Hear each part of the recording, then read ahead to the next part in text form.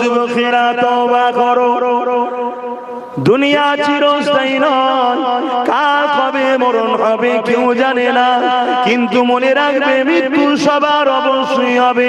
কুল্লু নাফসিন যায়িকাতুল মউত, প্রতিটা নাফসকে মৃত্যু স্বাদ চাখতে হবে। এ যুবকেরা, তরুণীরা, বাপেরা, কবরটা কিরকম হবে? তুমি যদি দুনিয়া জমিনে আল্লাহকে রাজি করে যেতে পারো, নবী পাকের তরিকা সুন্নাহ অনুযায়ী জীবন গড়তে পারো, ন্যায়ের পক্ষে অন্যায়ের বিরুদ্ধে থাকতে পারো, তাহলে কবরটা তোমার জন্য বেহেশতের একটা বাগিচা বানিয়ে দেবে। আর যদি তুমি দুনিয়া জমিনে আল্লাহ নাফরমানি করে নবী পাকের সুন্নাহ ছেড়ে দিয়ে দুনিয়ার লোভ লালসায় অন্যায় অত্যাচার করে বেড়াও, আল্লাহর দ্বীন থেকে মুখ ফিরিয়ে নিয়ে বিজাতিদের অনুসরণ করো, ইসলাম বিদ্বেষীদের কালচার মেনে চলো, অন্য জাতিদের অনুসরণ করে চলো, মনে রাখবে কবরের জমিনে তোমাকে মুসলমান হিসাবে হয়তো জানাজাটা দেওয়া হবে। মিনহা খালাকনাকুম ওয়া বিহা নুঈদুকুম ওয়া মিনহা নুখরিজুকুম তারাতান উখরা বলে মাটি দেওয়া হবে। কিন্তু মনে রাখবে ওই কবরের জমিনটাকে আল্লাহ জাহান্নামের একটা টুকরা করে দেবে, যেখানে 99টা সাপ দেওয়া হবে, একটা সাপের দুটো করে মুখ থাকবে। ওই সাপ যদি দুনিয়ায় নিঃশ্বাস ফেলে এই জমিনে আর কাজ গজাবে না। এ যুবকেরা, আমি আমার বাপ দাদুর কথা শোনাচ্ছি না, আমি কালামুল্লাহ আল্লাহর কথা শোনাচ্ছি, আমি রাসূলুল্লাহর কথা শোনাচ্ছি। বিশ্বাস যে করে সেই তো ঈমানদার, যে বিশ্বাস করে না সে তো বেঈমান। এ যুবকেরা, তরুণীরা, বাপেরা, এরপরে হলো ময়দানে মাশর। ওই ময়দানে মাশরে আল্লাহ জিজ্ঞাসা করবে, ওরে আমার বান্দা বান্দি রে, তোরা আমার জমিনে আমাকে সিজদা করেছিলিস কি বল? সবাই বলবে করেছিলাম। যারা সিজদা করেছে তারাও বলবে, যারা করেনি তারাও বলবে, কেননা দুনিয়ায় মিথ্যা বলে বলে বলে এত বাস খারাপ হয়ে গেছে। আল্লাহ পাকের কুদরতি ময়দানে মাশরে কেউ মিথ্যা কথা বলবে, ওই জায়গায় আল্লাহ পাক বলবে, তোমরা কেমন ভাবে সিজদা করেছিলে আমাকে একটুখানি দেখাও। ওই সময় যারা দুনিয়ায় সত্যিকারে সিজদা করেছিল, সঙ্গে সঙ্গে তারা আল্লাহু আকবার বলে জমিনে ময়দানে মাশর সিজদায় পড়ে যাবে। কিন্তু এই জমিনে যারা সিজদা করেনি তারা চেষ্টা করবে, কিন্তু মাথা নত করতে পারবে না। এই পিঠে যে মেরুদণ্ডের হাড়টা রয়েছে, এই হাড়কে আল্লাহ পাক স্ট্রেট হওয়ার হুকুম করে দেবে, আর নত করতে পারবে না। এখানেই ধরা পড়ে গেল। আল্লাহ পাক ফেরেশতাদেরকে বলবে, এদেরকে নিয়ে গিয়ে জাহান্নামে নিক্ষেপ করো। জাহান্নাম শুনতে বড় ছোট কথা, কিন্তু মনে রাখবে জাহান্নামীরা পিপাসা যখন পাবে তাদেরকে যে পানটা করানো হবে, জাহান্নামীদেরই শরীরে পচা দুর্গন্ধময় শরীরেরই পচা রক্ত গন্ধ এমন করে পচগুনো টগবগ করে ফুটবে। ওইটাই জাহান্নামের গিলাসে দেওয়া হবে, যেখান দিয়ে পান করবে সঙ্গে সঙ্গে গলে গলে চলে যাবে, আবার অটোমেটিক গজাবে, আবার পান করবে, আবার অটোমেটিক গজাবে। দুনিয়ায় মৃত্যু আছে, জাহান্নামে কিন্তু মৃত্যু নাই। মনে রাখো যুবক, পরিবর্তন হও, আখিরাতটা বড় কঠিন হবে। এবং দুনিয়া জমিনে যতদিন থাকবে আল্লাহ তোমাকে গোলাম বানিয়ে রাখবে, মালিকানা কখনো তোমরা পাবে না। কিন্তু যারা দুনিয়া জমিনে সংখ্যা কম ছিল, আল্লাহর পক্ষে নবীর পক্ষে ছিল, আল্লাহ পাক তাদেরকে দুনিয়া জমিনে গোলাম বানাইনে আল্লাহ তাদেরকে পৃথিবীর বুকে মালিকানা দিয়েছিল। আরো জোরে বলুন সুবহান।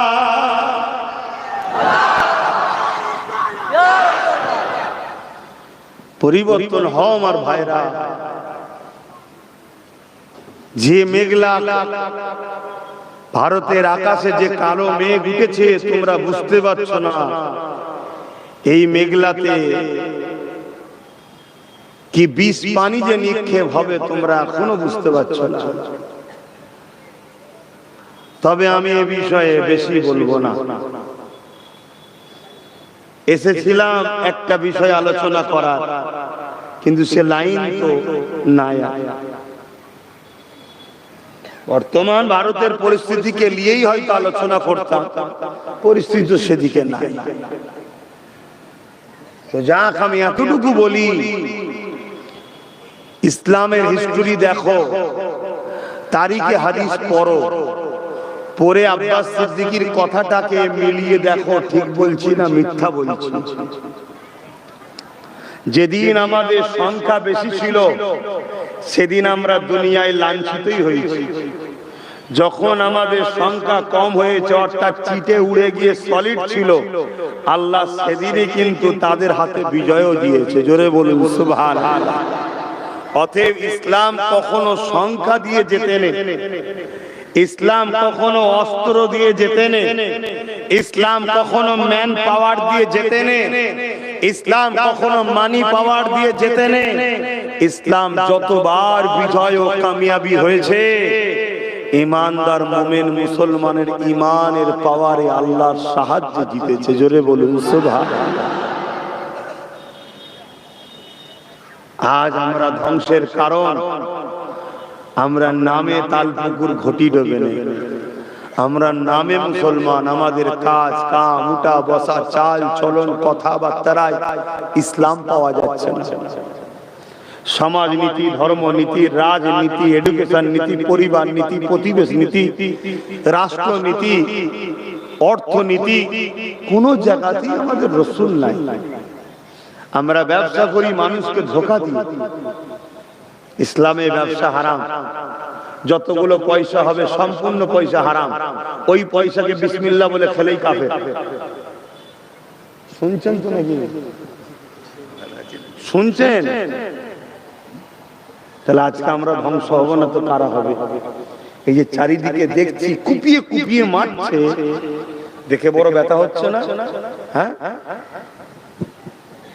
কিন্তু ভাবতে হবে যে কেন এটা ঘটছে, এটাও ভাবতে হবে।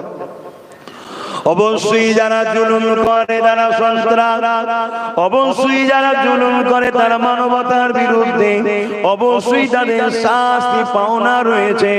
কিন্তু এরকম ঘটনাটা কেন ঘটতেছে, এটা আমাদের কোনো একটুখানি নিজের দিকে একটু ভাবা দরকার।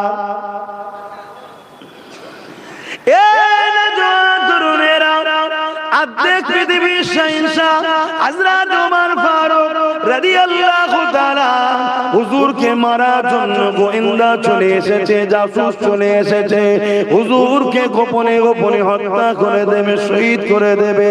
কিন্তু হুজুরের খবরটা পাওয়ার জন্য এক ব্যক্তিকে জিজ্ঞাসা করেছে, আমি আমিরুল মুমিনিন খলিফাতুল মুসলিমিন হযরত ওমর ফারুকের সঙ্গে দেখা করতে চাই, আমার কিছু জরুরি মশলা তেনার কাছে জানা রয়েছে।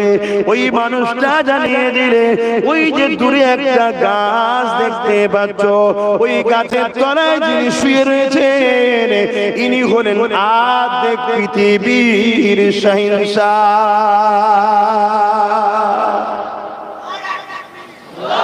আজকে আমাদের ছোট ছোট ছোট ছোট বড়টা ছাড়ো, ছোট ছোট কোন নেতার ক্ষমতা আছে? এরম একা একা করে কোন জায়গায় থাকতে পারবে?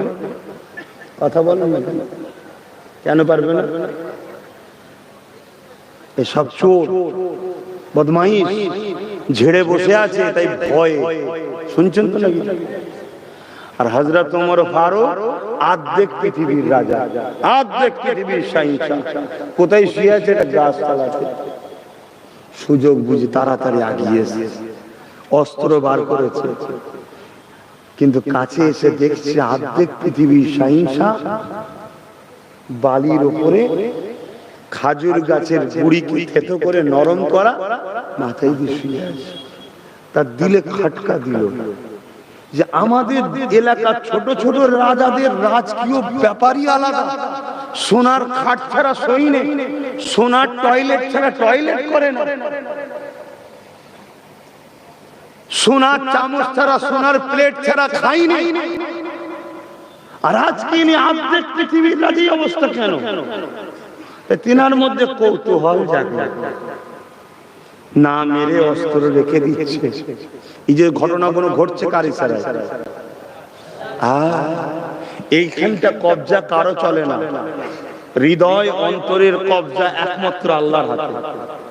একটা লোক তোমাকে মারতে এসেছে, আল্লাহ তাকে কবজা করে তোমার গোলামও বানিয়ে দিতে পারে। যেমন ওমর ফারুক রাসূলুল্লাহকে শহীদ করতে গিয়েছিল, আল্লাহ কবজা করলেন, রাসূলুল্লাহর গোলাম বানিয়ে দিলেন। জোরে বলুন সুবহানাল্লাহ। অতএব এখানে রাজ আল্লাহ চলে, অন্তরে কারো পাওয়ার চলে না। তো ওর মধ্যে আল্লাহ এমন দিল, ওর মধ্যে খটকা লাগলো, ওর না মেরে দিয়ে রেখে দিচ্ছে। দে হুজুরকে ডাকছে, হুজুর উঠলেন যে আপনি কি আধ্যাত্মিক পৃথিবীর শাহী ওমর ফারুক? আপনার এই অবস্থা, এখানে শুয়ে আছেন, কি ব্যাপার? ও জনগণ আমাকে দায়িত্ব দিয়েছে, আধ্যাত্মিক পৃথিবী দায়িত্ব দিয়েছে, আমি তো মালিক নয়। কথা শুনুন, জনগণ আমাকে দায়িত্ব দিয়েছে, আপনি আমাদের পরিচালনা করবেন, আপনি আমাদের নেতা, কিন্তু আমি মালিক তো নয়। মালিক তো একজনই, তিনি কে? জোরে বলুন। অতএব আমি যদি জনগণের অর্থ নিয়ে আত্মসাৎ করি, তাহলে সেটা আমার ইসলামে হারাম, কিয়ামতের দিন তার কৈফিয়ত আমায় দিতে হবে। এই চিন্তা কি আমাদের মধ্যে আছে? আমাদের মধ্যে নাই। বাপেরা, নওজোয়ান তরুণেরা, ইসলাম যত না শুনতে শোন, নিজের জীবনে পালন করাটা অতটা সহজ নয়।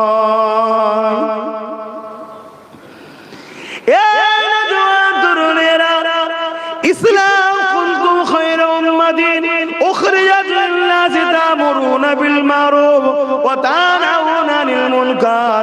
আল্লাহ আমাদেরকে খায়র উম্মত করেছে, আমাদেরকে দুটো কাজ আল্লাহ দিয়েছে।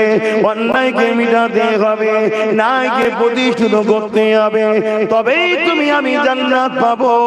নচেত তোমার আমার জন্য জান্নাত নাই। কোন কোম্পানি যদি আপনি কাজ করে, কেউ আপনাকে কিছু কাজ দিয়েছে, সেই কাজটা করে দিলেই তো তবে আপনি তার পারিশ্রমটা পাবেন। ওই কোম্পানিতে ডিউটি করলে তবেই তো আপনাকে পারিশ্রম দেবে বা আপনাকে কোম্পানিতে রাখবে। যদি কাজ না করেন, সে তো আপনাকে বার করে দেবে বা আপনাকে পারিশ্রম দেবে না। আল্লাহ পাক আমাদেরকেও দুটো কাজ দিয়েছে। ওরে আমার বান্দা বান্দি রে, আমি আল্লাহ তোকে দুটো হাত দিয়েছি। এই হাত দিয়ে অন্যায়কে রুখবি, এই হাত দিয়ে অন্যায়কে মিটাবি, এই হাত দিয়ে তোরা গরিব অসহায়কে দান করবি, এই হাত দিয়ে তোরা ভালো কাজ করবি, এই হাত দিয়ে তোরা হালাল ইনকাম করবি। এই হাত যদি তোরা অন্যায়ের দিকে খরচ করিস, এই হাত তাহলে আমার জাহান্নামে যাবে। এ বান্দারে, আমি দুটো পা দিয়েছি তোদেরকে, এই পা দুটো দিয়ে তোরা ভালো রাস্তায় যাবি। এই পা তোদেরকে আমি দিয়েছি, এই পা দিয়ে তোরা শয়তানের রাস্তায় যাবি না। আমি আল্লাহ আমি দিয়েছি, আমার রাস্তায় যাবি। এই পা দিয়ে হালাল ইনকামের জন্য যাবি। তোরা যখন হালাল ইনকামের জন্য এই পা দিয়ে হেঁটে হেঁটে যাবি, প্রতিটা কদমে কদমে আমি আল্লাহ নেকি দেব। হালাল ইনকাম করাটাও একটা নেকি। আপনি যদি হালাল ইনকামের জন্য রওনা দেন, ওই অবস্থায় যদি আপনি ইন্তেকাল করেন, আল্লাহ আপনাকে শহীদের দরজা দেবে। জোরে বলুন সুবহানাল্লাহ। শহীদের অনেক কোয়ালিটি আছে ভাই, সব কটা এক শহীদ নয়। আবার উজু হালে কেউ মারা যায়, ইন্তেকাল যদি করে, সেও শহীদ। কথা বুঝে আসছে? তো সেই সম্মান আল্লাহ সম্মানিত করবে কেন? তুমি হালাল রুজির জন্য আল্লাহর রাহে যাচ্ছ, হালাল রুজির তালাশে বেরিয়েছো, ওটা আল্লাহর রাহেই থাকা। তাহলে আল্লাহ পা দিয়েছে, বান্দা তুই এই কদমে হাঁটবি। আমি তোকে প্যারালাইসিস বা জন্মগত ভাবে পঙ্গু করতে পারতাম, কিন্তু আল্লাহ পারে না? পারে না। আর এখনো আল্লাহ পা কেড়ে নিতে পারে না? পারে না। কত জন ছেলে সামান্য একটা কি বিমার হয়েছে, ডাক্তারের কাছে গেছে, পরে পা আস্তে আস্তে অসাড় হয়ে গেছে, আর পাই চলছে না। কেউ বলছে ভুল চিকিৎসা, আমি ভুলটিকে যাব না, আমি এতটুকুতে যাব, তোমাকে যিনি দিয়েছিলেন তিনি কেড়ে নিলেন। পারে না? পারে। আমারটা কাটতে পারে না? পারে না। হ্যাঁ, অতএব আল্লাহ দিয়া পায় আমাদের যুব সমাজ মেলায় যায়। ফাংশনে যাও যুবক, পরিবর্তন হও। নাচ গান ফাংশন, খেলা মেলা, জুয়া, তারপরে শরাবী, চরিত্রহীন, খুনি, ডাকাত, অন্যায়কারী নেতাদের মুখ দেখতে যাও তোমরা এই পা দিয়ে হেঁটে হেঁটে। কিন্তু আল্লাহ দিয়া পা দিয়ে উচিত ছিল তোমাদের মসজিদে যাওয়া। আল্লাহ দিয়া পা দিয়ে উচিত ছিল তোমাদেরকে আলেমের কাছে যাওয়া। আল্লাহ দিয়া পা দিয়ে গরীব, দুঃখী, এতিম, বিধবাকে সাহায্য করার জন্য যাওয়া। আল্লাহ দিয়া পা দিয়ে বাপ মার কাছে যাওয়া, তাদের সঙ্গে কথা বলবো তাই হেঁটে যাওয়া। এটাই উচিত ছিল, হালাল ইনকামের জন্য পা খরচ করে যাওয়া। কিন্তু আজ আমরা কি করছি? পা দিয়ে। মনে রাখবেন আল্লাহ বা ছাড় দিয়েছে, ছেড়ে দেয়নি। আল্লাহ বা ফেরাউনকেও ছাড় দিয়েছিল, ছেড়ে কিন্তু আল্লাহ দেয়নি। মনে রাখবেন আল্লাহ বা জবানে কথা দিয়েছে, এই জবানের বাণীকে আল্লাহ বন্ধ করে দিতে পারে। আজ আব্বাস সিদ্দিককে আল্লাহ জবানে কথা দিয়েছে, তাই আপনারা দাওয়াত করে হাজার হাজার মানুষ এসে মুখের দিকে তাকিয়ে বসে আছে। আমি আপনাদেরকে আল্লাহর কথা, নবীর কথা, সত্য কথা, নাই কথা, ইনসাফের কথা শোনাতে পারছি। যদি আমার আল্লাহ আমাকে জবানে ভাষা না দিত, জবানে যদি কথা না দিত, আল্লাহ যদি আমাকে বুবা বানিয়ে দিত, এ যুবকেরা তোমরা আমাকে দাওয়াত করতে না, কেউ এসে আমার কাছে মুখে দিয়ে তাকিয়ে বসে থাকতে না। কত দয়া করেছে আল্লাহ। ঠিক তেমনই তোমাদের আল্লাহ জবানে কথা দিয়েছে, এই কথা দিয়ে তুমি মাকে ডাকছো, এই জবানের কথাই বাপকে ডাকছো, এই জবানের কথাই পরিবার, স্ত্রী, সন্তানকে ডাকছো, এই জবানের কথাই একে অপরের সঙ্গে কথা বলছো। কে তোমাকে দিল? তোমার উচিত সবার বিষয়ে যেমন কথা বললে, যিনি জবানে কথা দিয়েছে সেই আল্লাহ একবার বলে কেন সিজদায় পড়ে গিয়ে তুমি বললে না সুবহান রাব্বিল আলা, সুবহান রাব্বিল আলা, সুবহান রাব্বিল আলা। এর মানে হলো আপনি সব থেকে বড় পবিত্র, আপনি সব থেকে বড় পবিত্র, আপনি সব থেকে বড় পবিত্র। এক যুবক শুনে রেখে দাও, যখন তুমি আল্লাহ দিয়া জবান দিয়ে আল্লাহ পাককে সব থেকে বড় পবিত্র সিজদায় পড়ে বলো, আমার আল্লাহ ফেরেশতাদেরকে ডেকে ডেকে বলে, ওরে আমার ফেরেশতারে, তোরা বলেছিলি বান্দা বান্দি বানাবে না, ওরা ফিতনা লাগাবে, অশান্তি করবে। দেখ আমার অমুক বান্দা বান্দিটা আমি আল্লাহ আমাকে সিজদায় পড়ে আমার দিয়া জবান দিয়ে আমি আল্লাহ আমার তারিফ প্রশংসা করছে, আমাকে বলছে সব থেকে বড় পবিত্র। অথচ গুনার পূজাকে পাহাড়কে নিয়ে মাথায় করে ও সিজদা দিয়েছে যে আমি আল্লাহ ওর গুনাহকে মাফ করে ও খুব পবিত্র বানিয়ে দিলাম। আরো জোরে বলুন সুবহান।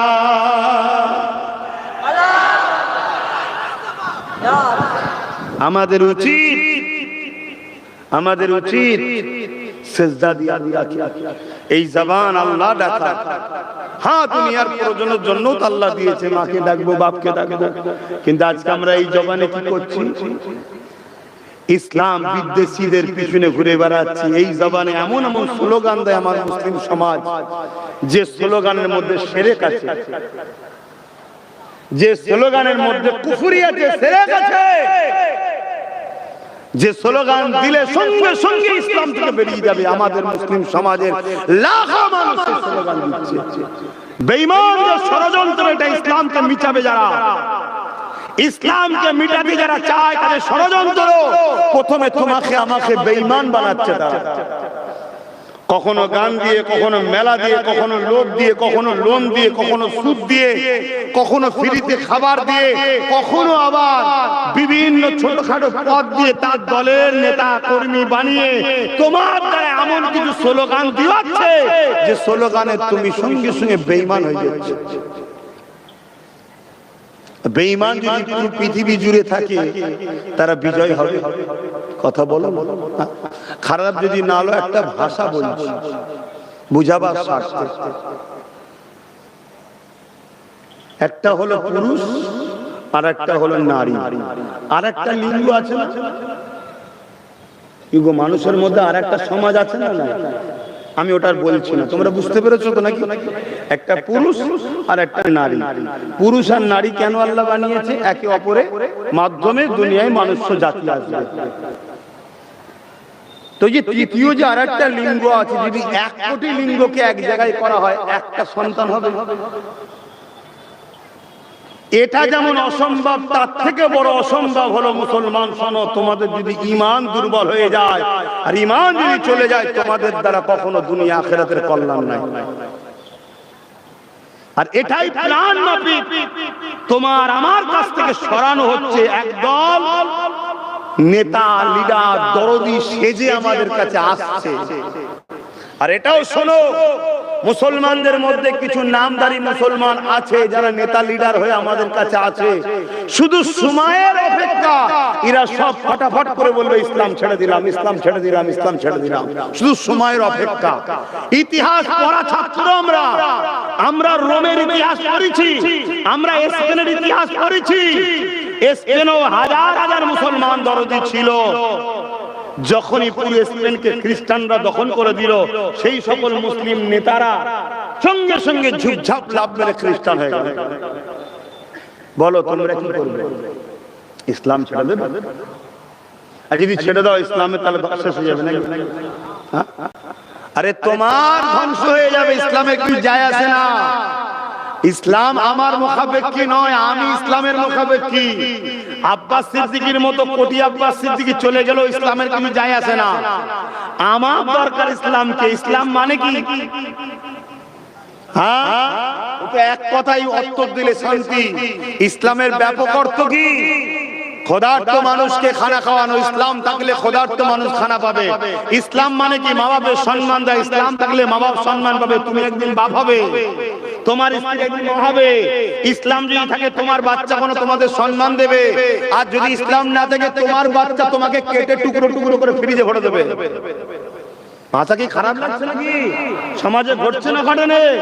ইসলাম মানে কি? নারীর নিরাপত্তা। ইসলাম যদি না থাকে ওই আমেরিকার মতো প্রতি 1 সেকেন্ডে নারী ধর্ষণ হয়, খুন হয়। ইসলাম মানে কি? মানুষের অধিকার দেওয়া। ইসলাম থাকলে অধিকার পাবে। ইসলাম মানে কি?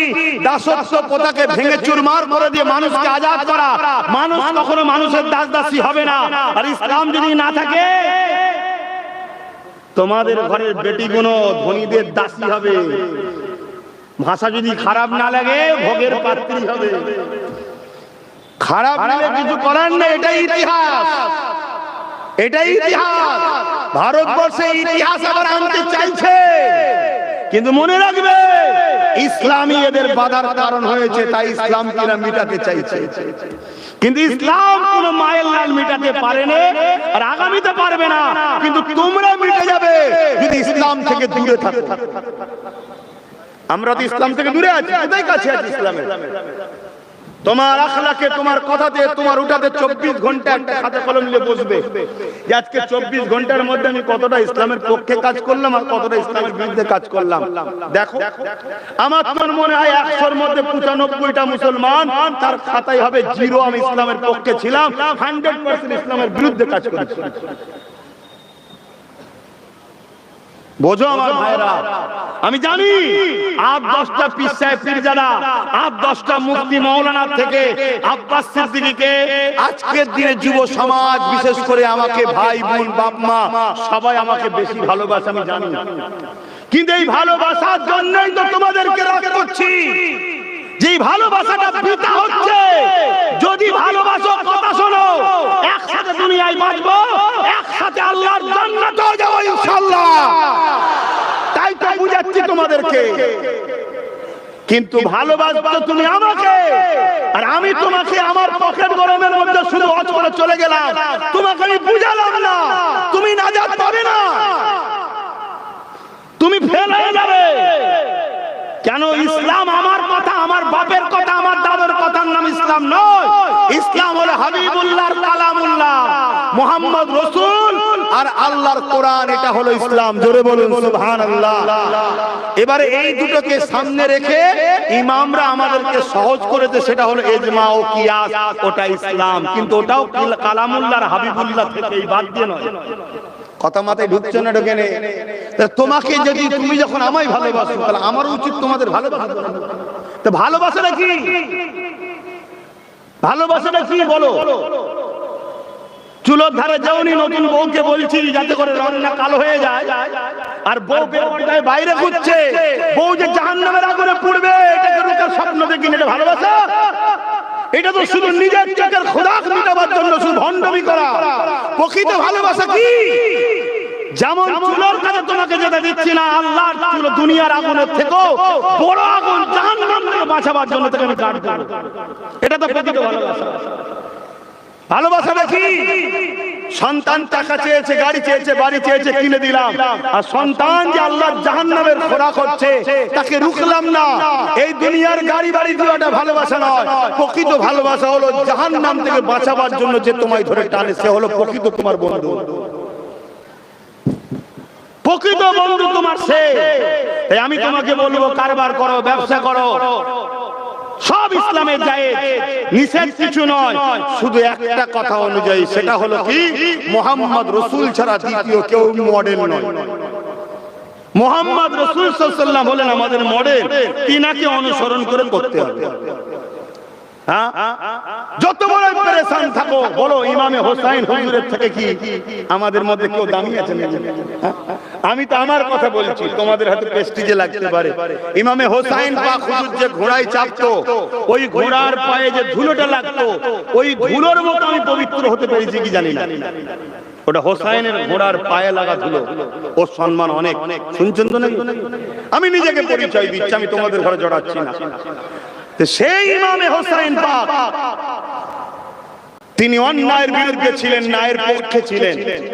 অন্যায়ের বিরুদ্ধে কারবালার মাঠে দাঁড়িয়েছে, চারিদিক থেকে তীর আসছে, বল্লম আসছে, তরোয়ালের আঘাত আসছে, সবকে ডিফেন্স করছে, ন্যায় প্রতিষ্ঠিত করার জন্য হুজুর লড়াই করছে। ঠিক এমন সময় সীমার মাথায় হাত দিয়ে বসেছে, বড় বড় এজিদের সর্দারগুলো, নেতাগুলো মাথায় হাত দিয়ে বসে গেছে যে হোসাইনকে রুকা সম্ভব নয়, রুকা সম্ভব নয়। কিন্তু হঠাৎ করে ইমাম পাক তরোয়ালকে বন্ধ করে ঘোড়ার পিঠ থেকে নামছে। কে তরোয়ালকে রুকলো? এরকম একটা লড়াইয়ের ময়দানে ইমামে হোসাইন পাক নামাজকে সম্মান করেছে, নামাজের জন্য লড়াই বন্ধ করে দিয়েছে। জোরে বলুন সুবহানাল্লাহ, আরো জোরে বলুন সুবহানাল্লাহ। যে জায়গায় ইমাম হোসাইন পাকের নামাজ ছাড়া শরিয়ত অনুযায়ী জায়েজ ছিল, মসলাই জায়েজ, জান বাঁচানো ফরজ, নামাজও ফরজ, কিন্তু ইমাম পাক বলল না, আমি হলাম লিডার, পুরো বিশ্বের যুব সমাজ আমাকে দেখে ফলো করবে। আমি যদি আজকে যুদ্ধের ময়দানে নামাজ ছেড়ে দিই, এই যুব সমাজ, এই বেরা বলবে, নাচার বাহানা দেখাবে। কেউ বলবে বাচ্চা কাপড়ে পিশাব করেছে, কেউ বলবে পেটে খিদে লেগেছে, কেউ বলবে রুজির ইনকাম করতে হবে, বাহানা দেখাবে। আরে হোসাইন যিনি জান্নাতের সার্টিফিকেট দুনিয়া থেকে পেয়েছে, তিনি যদি লড়াইয়ের ময়দানে নামাজ না ছেড়ে থাকে, তুমি আব্বাস সিদ্দিকী কোথাকারের কে, আর তোমরাই বা কোথাকারের কে? ইচ্ছা করে নামাজ ছেড়ে দাও, বলো কৈফিয়ত দিতে হবে না আল্লাহর কাছে? শুনছো আমার যুবকরা? বলো আল্লাহকে সাক্ষী রেখে পরিবর্তনের কথা দিলে আসছে না আসে? আল্লাহকে সাক্ষী রেখে বলো আল্লাহকে সিজদা দেওয়া দরকার আছে না নাই? বলো পরিবর্তন কারা কারা হওয়ার জন্য আল্লাহর কাছে তওবা করার ইচ্ছা আছে? কার কার দিল চাইছে হাত তুলে দেখাও যে আমি ভুল করেছি, আমি ভুল করেছি, আল্লাহ তুমি আমায় ক্ষমা করে দাও। বলো আল্লাহ আপনি আমার নামাজ পড়ার তৌফিক দেন। সবাই মুখ দিয়ে বলেন, আল্লাহ আমরা ভুল করেছি, আপনি আমাদেরকে উপযুক্ত নামাজ পড়ার তৌফিক দান করেন। বলুন আমি।